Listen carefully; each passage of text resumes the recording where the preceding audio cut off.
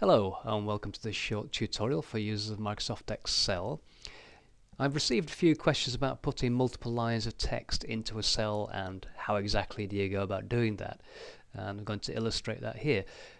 In column A, as you can see, I've got a label, name and city, so I want two bits of information to go into the cell. What I'd like to have happen is that the name goes on one line and the city goes on a second line. So let's see how I might go about doing that. So we'll type in the name, that's easy enough, and now what you might think is the obvious thing to do is press the enter key, but that doesn't work, as you know, because that simply means we move down to the next cell. So that isn't going to work.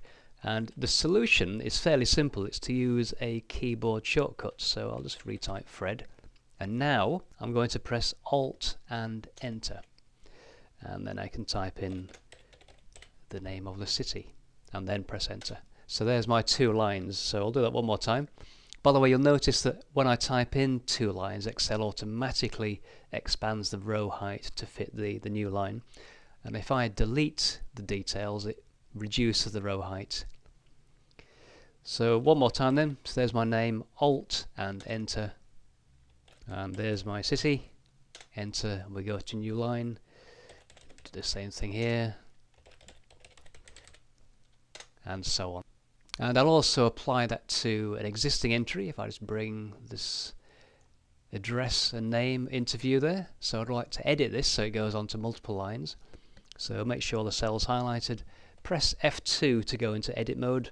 I'm just going to use the keyboard, so I'm going to come across just after the comma. Alt and enter. Again, come across just after the comma. Alt and enter. One more time. Alt and enter. Press the enter key finally, and there we have the address on 4 lines. Now if I go back to that A5 cell with my full address, and if you look in the formula bar, you only see the first part of the address, or the name in fact. Now I can actually expand the formula bar by clicking and dragging down as far as I want, so you can reveal the full cell content. Alternatively, if you don't want to do that, you can come across to the right side and just use the up and down arrow keys to scroll through line by line. That's how it behaves in Excel 2010. In Excel 2003, if we look at the same cell there, and if I click on it, you'll see the formula bar auto expands to show the full content. So slightly different behavior there, but you get the same result. So that is basically how to put multiple lines into a single cell.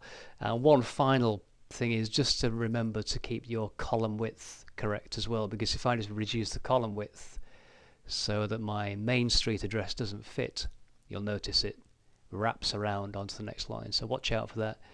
If you're having problems with multiple lines, make sure your column is wide enough to fit whichever is the widest entry on your lines.